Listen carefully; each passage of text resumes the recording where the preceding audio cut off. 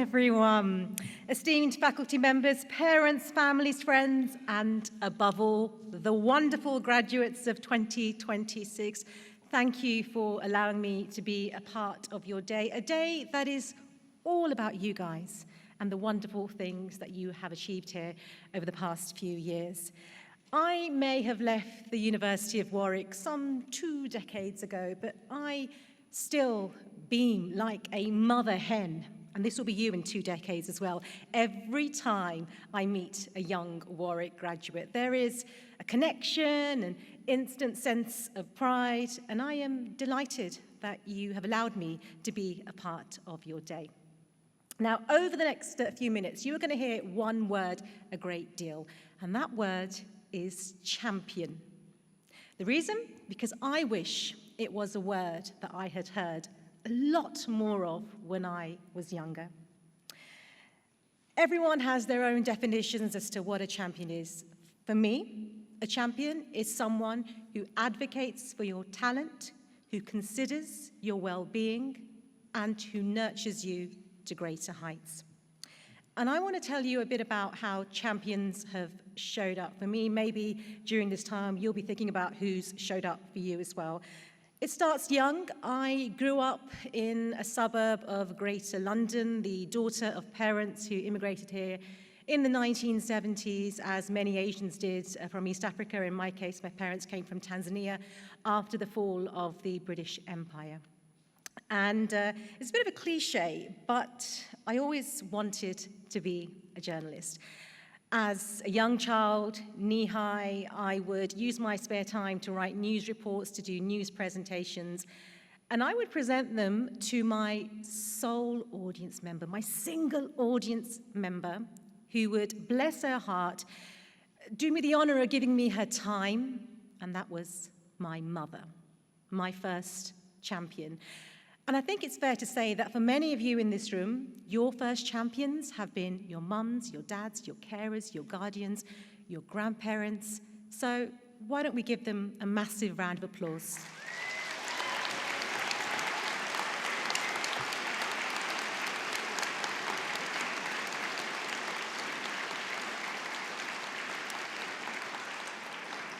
Moving on to my subsequent champions. I went to my local state secondary school. It was an underachieving school. We had limited resources, but we had personality, we had heart, and boy, did it make me streetwise. And amid that maze, I found another champion, my A-level teacher, Miss Grant. Not only did she advocate for me on multiple occasions, she also advocated for me when I didn't get the grades to get into this university. Yes, you heard right, I didn't get the grades to get into Warwick University, but I want to explain why that's okay. She reassured me, and I'm sure she reassured the admissions team here, that my grades did not define my potential. I thank her, but I also thank the University of Warwick for taking a punt on me, because in taking me under your wing, this university became my champion in seeing something in me that my grades did not reflect. And that was a risk worth taking, because never, not at one moment, did I feel inadequate at this university. I felt equal. And for someone from my background, that feeling of equality cannot be underestimated. So thank you, Warwick, for being my champion. Now, I thrived here, in this bubble, in this campus, and it really is a bubble, isn't it? We're in our own little world when we're here at Warwick. Friends become like family, don't they? And in my case, friends did become family because I married one of them, and he's here with me today. 23 years on, we're still together, having met in the IT room, which I've learnt today no longer exists. This is a time where we didn't have personal laptops. We didn't even have the internet in our rooms, and so we'd have to trottle along to the IT room and study there with floppy disks in hand. That is where I met him 23 years on. We're still together, we're still a team, and we've been blessed with 3 children. And I'm sure you'll find in 20 years' time there'll be many stories from this room alone of couples that have stood the test of time. Warwick laid the foundation to the opening of my world, a world that before was very, very small. I have no doubt that my 4 years of meeting and mingling with people from around the world, maybe through my studies, through the friends I met, through One World Week, which I hear is doing really well, and also my year abroad, it laid the roots for my very long career at the BBC World Service, because it planted a seed of curiosity. And a seed is all you need for those next steps. And that is where you find yourselves now. You're figuring out what happens next if you haven't figured it out already, and it's okay not to know. But at this point, I ask you, as you embark upon that next chapter, who is your champion now? And to that, I say, look no further. Because whilst the champions you've encountered along the way, your friends, your teachers, your family, the friends you've made here, I hope will continue to champion you, now is the time to start championing yourself. And that's really, really important. Journalism was not the plan for me. It was my dream, and it was a dream that I never thought would come true. When I joined the BBC, nobody knew me. I didn't come from a family of journalists. I didn't have a network of journalist contacts under my belt. I didn't know a single journalist, and I didn't have a journalism qualification. So in many ways, the odds felt against me. You might be wondering how on earth I became a journalist. I applied for the BBC Journalism Trainee Scheme a few years after leaving Warwick. I started as a producer on the Today programme, swiftly moving to the BBC World Service when an editor took me under his wing, and in doing so, became my first champion by giving me my first staff job.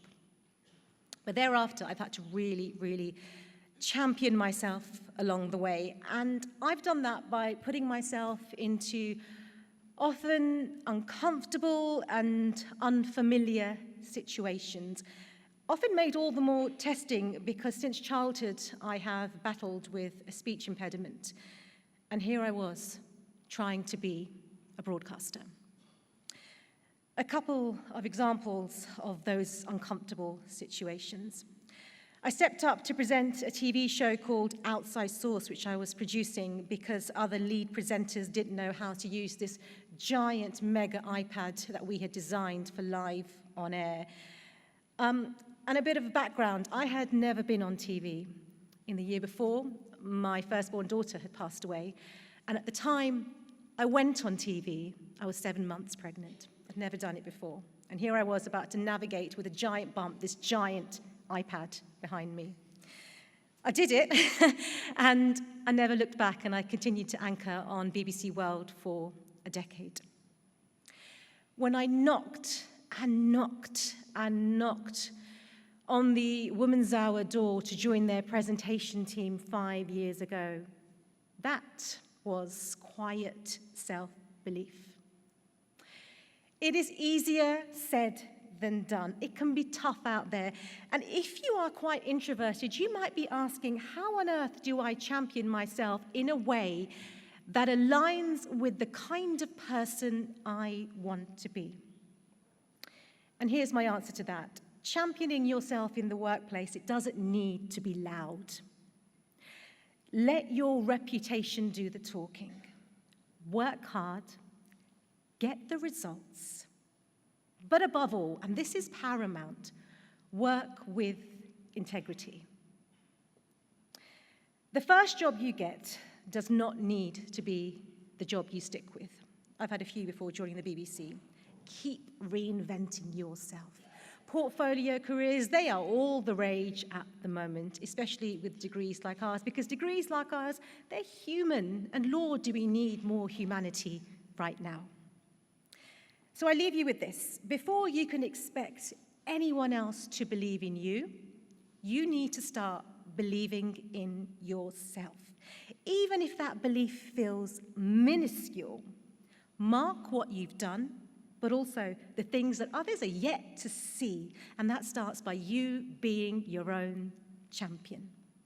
So graduates of 2026, start now, wear that Warwick badge with pride, and I sincerely wish you all the very best.